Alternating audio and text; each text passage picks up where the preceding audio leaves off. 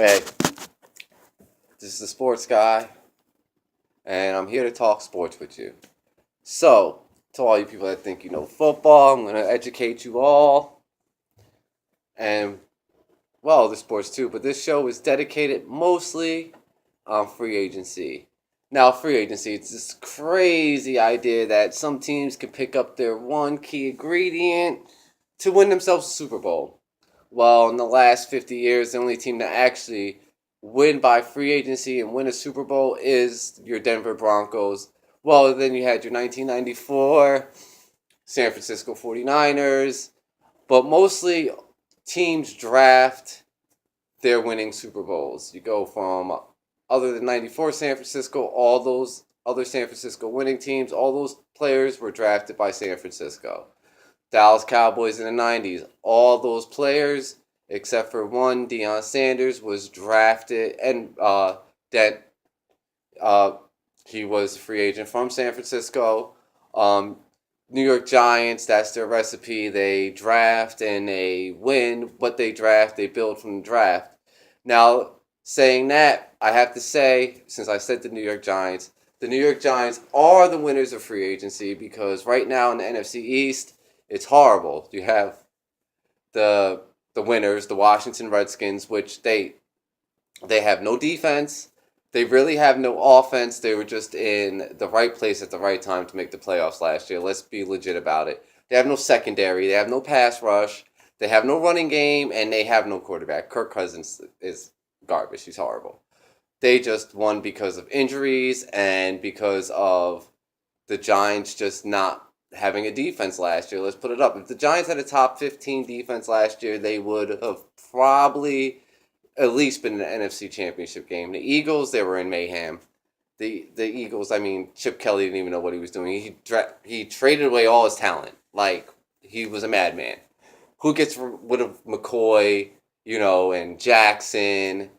Like, what was he thinking? Was he retarded? Did he smoke like crack and say, you know what, I'm going to do it my way, and my way, I could do it any way you want? To run his system, first of all, you have to have a scrambling quarterback. You do the quarterback read without a scrambling quarterback, what are the defense going to be worried about? They're not worried about anything. Like, basically, it's a 3-play system. It's a quarterback read, play action pass quarterback read, to the crossing pattern, or play action pass to the deep over the middle. That's it to the tight end. That's all that offense is.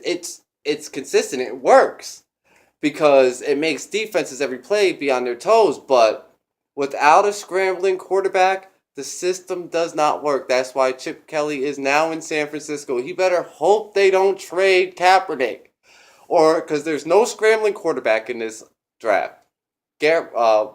Whatever his name is, he's a bum. I don't even need to know his name, but he's not a scrambling quarterback. So is he going to get RG3? Well, RG3, let's just say he's fragile. So let's go along from that. Back on point, the NFC East. Now the Cowboys, what they needed to do. I'm going to start with the Cowboys. I said the Giants were the winners. Let me start with the Cowboys. The Cowboys, what they needed to do was get a pass rusher. They have a cover 2 defense with a horrible secondary. Their secondary is horrible. They couldn't cover freaking Andre the Giant with a thermal freaking blanket. Like, their secondary is horrible. So, to cover a bad secondary, you need a pass rush. So, you'd think they would go back and get Hardy. Well, Hardy wants too much money. You know why? Because Hardy, who is the most underrated free agent, he's probably number 1 free agent, but he's crazy. No team wants him, but I mean, he's basically the best pass rusher in the NFL. And the Cowboys needed to get him. Re-sign him, but because of the work of the body he did at the end of the season, he wants more money than the Cowboys could pay because basically the Cowboys have no money. The Cowboys need a backup quarterback. Did they get one? No. Johnny Football's out there. Will they get him? I hope so. Johnny Football, yeah, he's freaking a party animal and he messes up, but you know what? The man can ball. And Jerry Jones, he had Greg Hardy last year, so why not get... If they had Johnny Football last year, best believe the Cowboys would be in the playoffs. Not even the playoffs. They might be in the NFC Championship game last year.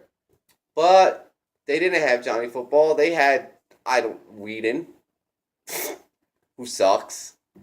Castle, wow, that was great. That sucked. The Cowboys have the best offensive line in football. Best offense. I hate the Cowboys, but they have the best offensive line in football, and they could not make the playoffs because their quarterback play was so horrible. It was like the worst. Romo's career, he's done. He's fragile. He's a choke artist. It's time to move on from Romo. You need to get yourself a quarterback. Rather, Johnny Football, which it's only going to be like a 3. If you can tame Johnny Football, it's going to be a 3-year stint where he's gonna perform. When Johnny Football plays, look at the stats. The guy performs. You don't throw 400 yards in NFL and you're not good at over 60% completion rate. Get out of here. Against Pittsburgh, mind you. The guy can ball. He's a baller. You want to win the Super Bowl next year with the talent you have on offense, because Dallas has talent on offense. They got talent. They got Bryant. If they re-sign McFadden, but you don't know. You have to have a backup running back for McFadden. So that's something to look for in the draft, since you could get a good running back in the draft in the second round, because they don't draft running backs in the first round anymore because of the pass-happy league. But there are no real wide receiver talent this year, so there might be a couple of running backs that go out in the first round. You don't know. All right. So, Dallas, you have not done anything. Claiborne, you re-signed Claiborne. Wow. Okay, he sucks. He's horrible. He doesn't know what to do in cover 2, and he can't cover anybody one-on-one. And you re-signed your middle linebacker, whatever. He's okay. But you only signed him to a 1-year deal because you know that his performance is lackluster. Lee, you need a good backup for Lee because you know he's like Chad Pennington of middle linebackers. He's not going to play a whole season. All right. So Dallas right now you have an F, a complete F. Washington, what have you done in free agency? Nothing. So I mean, I can't even give you a report card. I hope you don't think that your team is good enough to win the East again with nothing. Like you have you re-signed Kirk Cousins. He sucks. He is not good. He's not a good quarterback. Yeah, he threw for 400, 500, 5 touchdowns against horrible defenses. New Orleans. Dennis Miller, I'm talking to you. You could go out there and throw 500 yards and 5 touchdowns against New Orleans. I believe in you. You could do it. They suck. Keon Gums, you could do it too. You know what I'm talking about. But New Orleans defense was horrible last year. First of all, their number 1 draft pick their cornerback was out with injury. The shutdown cornerback that they drafted was out for the whole season. They had no other corners. They lost Nate Robinson to San Diego last year. You know, so their number 1 from 2 years ago was gone. Their number 1 that they drafted was gone. They lost their safety. They had no secondary. Their secondary was atrocious, and they had no pass rush. They had no pass. I mean, I'm a Tampa Bay Buccaneer fan, and watching Tampa Bay play against the Saints, it was like horrible because Winston had all day to throw the ball. I mean, he could have freaking went to the bathroom, came back, and threw a touchdown pass. The Saints defense is horrible. All right, back. So we got Washington, Philadelphia. I mean, I like that you brought back your safety. You got McLeod from Buffalo. You got some talent. Cat, get out of here. You got some talent in that secondary that was bad last year. You reassured your pass rush. That was pretty good. Now, you know Ryan Matthews is injury prone. I like Ryan Matthews. I think he's a good running back. But, you know, the dude, he runs too hard. And Sproles is undersized. So what are you going to do in the running back position? And you need some wide receivers. I mean, the other Matthews, he's good, but he drops a lot of passes. He's more of slot slash number 2 big receiver to me, really. I mean, he's a for you guys, he's number 1 because you have nobody else. Oh, there goes my cat. He's a dick. But, Matthews, I mean, come on. The guy dropped a lot of passes, a lot of big passes that he didn't need to drop. So, and I really think you need to get something on that running back game, man. You know you got 2 running backs that get out of here, cat. That can't handle it. I mean, they can't handle the NFL pressure of a whole season of being a number 1 running back. So if you're gonna split carries, all right, you're gonna split carries, but you got to get you a workhorse in the backfield, especially in the NFC East. Especially in the NFC East, that it's cold weather, it's hard throwing conditions. You gotta get you a workhorse in the backfield. You gotta give somebody, unless you're gonna have 2 dominant backs that you can split carries with, which Philadelphia doesn't. I mean, Matthews, if healthy, could be a dominant back, but he's not gonna be healthy for a whole season. It's been proven for his career. The guy's gonna need 3, 4, 5 games break. You need a number 1 running back. Sproles, you can't hand him the ball off 25 times a game. You can't even give him the ball 20 times a game. You can't do it. So the Eagles need, and they need to fix, if they're going to run a regular style offense, they need to fix their backfield. And they need a number 1 receiver. I mean, I like Matthews. He's good on fantasy because he's the number 1. Well, he wasn't that good last year. But he's the number 1 receiver. He's a big body. Drops a lot of passes. Doesn't have breakaway speed. Nothing to really look at. All right, so I went through Washington. I went through the Dallas Cowboys.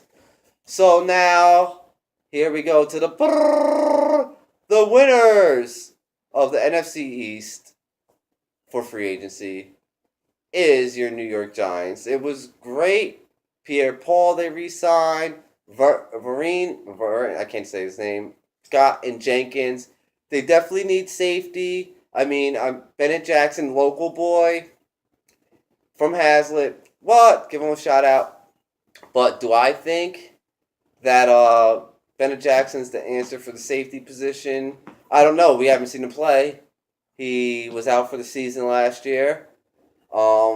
I know the kid's got speed. He ran a 4.3 940. That's fast. So he has makeup speed. I know he's smart because in Notre Dame he played 3-4 different positions. So he understands change of position and understanding. Is he going to be good as a safety? We have to see. Jenkins, he's a good corner. Rogers Cromartie, he's a good corner. He takes a lot of chances like his cousin, but you live with that because he gets a lot of interceptions. So you got 2 corners. Now your safeties, linebacker play, we got to see what's going on with those linebackers. What's going on with the linebackers? I don't even know. Does any Giant fan know what's going on with those linebackers? I don't know. I can't even name who's going to start at linebacker. They cut Basin. So, come on. So who's going to start with those linebackers? I mean, do they want me to go out there, put a jersey on, and play for their linebackers? I don't know. They need to get something with those linebackers. I mean, their defensive line right now seems pretty stout. All right. So I like what the Giants are doing. I think they need another receiver. They need another receiver, and they need a running back. A real running back. Maybe they'll get one in the draft. Maybe they won't. I mean, they have too much horses in the backfield. They need one stout running back because they do run a lot of play action pass. And Eli, come on, he can't be throwing the ball 40 to 50 times a game. He cannot be doing that. That is, like I said, you play in the NFC East, you got to run the ball. It's bad weather when it gets cold. You can't, go out there and think that you're going to throw the ball 50 times and be successful. That's not going to happen. If the Giants, my prediction is, if the Giants defense comes together, and the NFC East is only going to have one playoff team. They're only going to have one. They're not going to have, the wild card. They're going to have one playoff team. So their one playoff team is going to be the New York Giants. Now, this is a big if. If they finish in the top 15 in defenses, I say they will go 13-3 next year, and they will have home field advantage in the playoffs. But if they do not, they will go 10-6. They will be on the road for most of the playoffs because they'll play the one home game and then they'll have two on the road. Will they go to the Super Bowl? If the Giants make it in the playoffs, the Giants usually go to the Super Bowl, but if they don't have home field advantage, I don't think so. All right, so that is my number one, the NFC East. Now, my favorite Bucks, my Buccaneers, I give you guys a C+. I'm going to talk about them every day because I'm a Buck fan. You have, you got some secondary help. Some secondary help. Grimes, Ayers from the Giants, he had a career year last year. I really don't have faith in him, really. They had no pass rushers on the Giants, so he was the only person really rushing the passer. We need a slot receiver, which is not addressed. Jesus Christ, we have not addressed that. We need safety help. Conti sucks. You re-sign Conti, and you let Weddle go away. How the hell do you let Weddle go away? I have no idea how you do that. I mean, Jameis Winston's the future. We re-signed Muscle Hamster, which I really didn't want to do. I'd rather have got Forte, Forte for a 1 or 2 year deal, and then, we could get a steal in the draft. Next year is filled with running backs. Next year's draft is going to be the best draft for running backs. I guarantee you next year's draft is going to have 3 1,000-yard rushers for their rookie season. The next year's draft is going to be sick with running backs. Okay? You got homeboy from LSU. You got homeboy from Purdue. You got homeboy from FSU. I don't feel like saying names out right now because I'm a little tipsy and I can't pronounce most of the names, but whatever. Cheers. So, we could have got any running back for a 1 or 2 year deal. Shit. What is wrong with you? Muscle Hamster. The only thing that Tampa Bay does really smart is they do their deals money up front, like most of their money that when they sign their free agents, they're upfront deals. So like next year and the year after is less and less money, so they have more and more money under the cap, which is smart. Most teams don't do that. They do a back end deal, so when they cut their players, they could cut them, and it's not like guaranteed money. But Tampa Bay gives you your guaranteed money up front because they know you're going to be pretty good next year. You're still young. And the year after, but the year after that, it's less money. So if they cut you, it's not that much money against the cap. More teams should do that, by the way. I think it's very smart. That's why Tampa Bay has $55 million to sign this year because everybody they signed, like Vincent Jackson, all those big Vereen, they all got their money their first year, which was smart because you're going after them that first year. You want them that first year. Teams should do that more. It gives you more money in the back end. Like the Dallas Cowboys need to do that. That's why they're shitting bricks for money. They have no money. You have no money, you can't get players. You have to draft. And the Cowboys, basically, they don't draft well. They drafted their offensive line well, but everything after that, what's their last good draft pick? Bryant. Really? Bryant. Okay, Lee. But Lee's so fragile. He's not really a good draft pick, is he? No, he's not. Alright, so what else? Let's go. My overall winner right now so far in free agency is gotta be, it's between the Raiders and the Giants. The Raiders, man, that defense is looking good. Their front four with, their young pass rush, Edwards Jr.'s and Mac, whatever.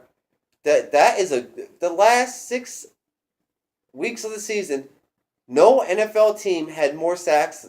No NFL team was even close to them in sacks by at least like I think it's like 6 or 7, and just those 2 pass rushers alone. You know, you shore up that secondary with Smith. You get some safety help, whatever you're gonna draft in the draft. You're gonna get another corner. I mean, you're not gonna get Ramsey. Ramsey and that guy from Florida, they might get him. They could get him. I can't pronounce his name. Shit's too long, and I hate the Gators because fucking who says if you ain't a Gator, you Gator bait? Some tool. I mean, come on, Florida Gators. Who respects them? Tim Tebow came from the Florida Gators. Who, come on, Tebow. Whatever. But telling you the truth, they get another corner. Their linebackers are good. Their defensive line with that pass rush is sick. Smith, another corner. It really doesn't even matter who your safety is at that point because then you have so much freedom when you can get to the quarterback with just 4 defensive linemen. You could put, 7 people out in coverage. It's hard to throw a pass when you have 7 people in coverage when you only have 4 receivers coming out.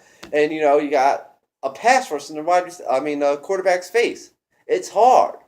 You could do a lot of things with a defense like that. The New York Giants were successful with that. Tampa Bay Buccaneers, 2001, successful. The Baltimore Ravens, very successful. If you could get a dominant pass rush with your a 4-man rush, you are in good shape. And the Raiders right now, they're in good shape. They nabbed up I think Crabtree did the smart thing. He could have went out there and got number 1 receiver money, but he realized that he's a number 2, and he will have better stats playing alongside a good number 1, Cooper, which I don't really think he's a great number 1, but he's a good number 1, because there's a lot of games last year he didn't show up, but Crabtree showed up. Crabtree showed if you put a number 2 corner on me, I could put up numbers.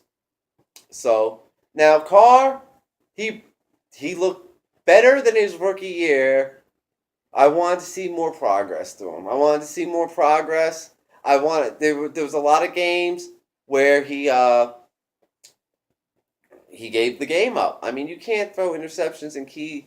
When there's less than 4 minutes left, you can't throw picks. And Carr, you get you guys should have been in the playoffs last year. Yeah, your defense wasn't that good, but it wasn't that bad last year. So, Carr, you still have a lot to show me.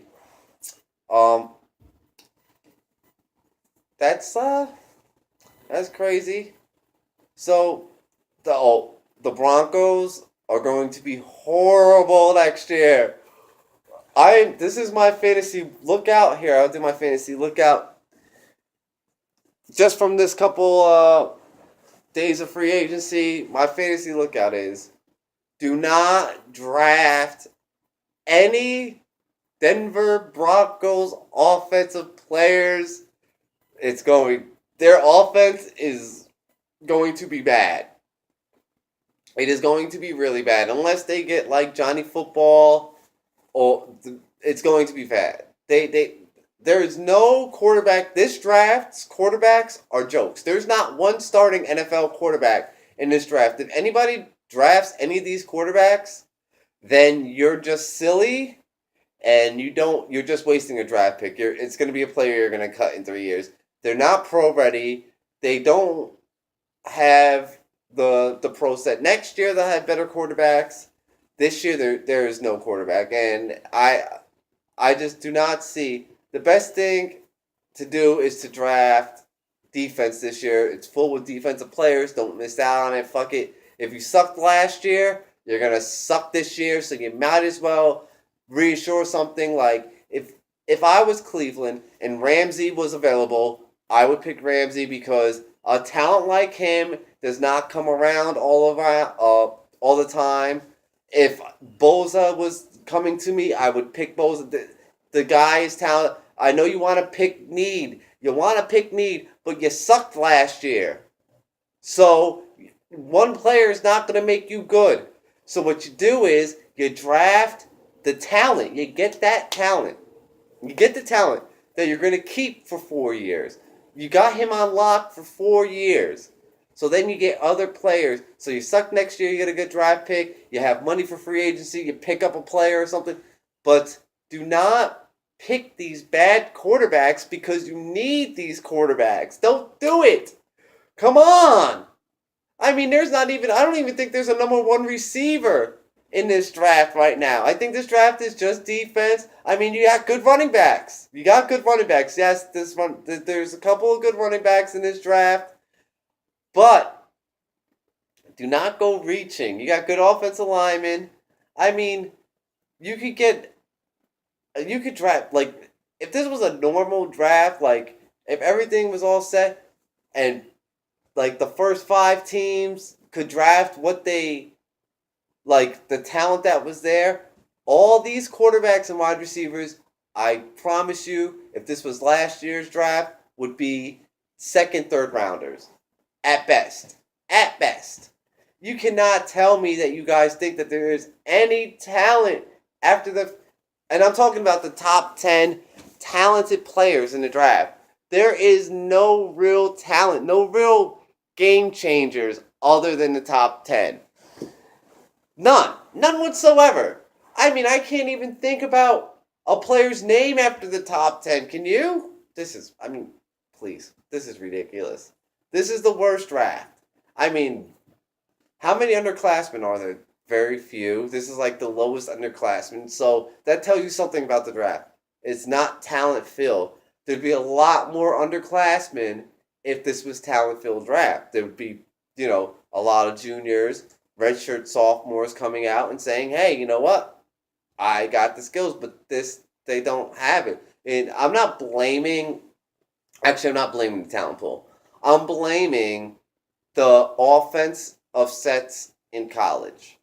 They are so far different than what is successful in the pros right now. Like, it's not even funny. I mean, this spread offense, it is proven it does not work in the NFL. And more you see it in college. And it's successful in college because you got young, naive players playing defense. But when you get like those stout teams like I hate to say Alabama, your FSUs, your Auburn's, Louisiana's, even, let's go, Ohio State's, that spread offense doesn't work against those teams because they have NFL-ready players. This is why the spread offense, it puts up a lot of points in college. It sells tickets, but it doesn't win consistently. It wins against these whack teams, but it doesn't win when you have to play a caliber team that has a whole bunch of high recruits that know how to ball. You could run that system, and guess what? Your quarterback is going to get macked up. That's what's going to happen. That's it. Like, let's be serious. It doesn't work. Let's stop it. Let's please stop the phenomenon. But we're not, because the pack is filled with suck-ass teams that just want to score a lot of points. You can't win like that. You got to have a regular ground and pound game or a regular, read offense. You can't have your receivers run 2 patterns every single game, every single play, and think defenses aren't going to pick up on it. Come on, man.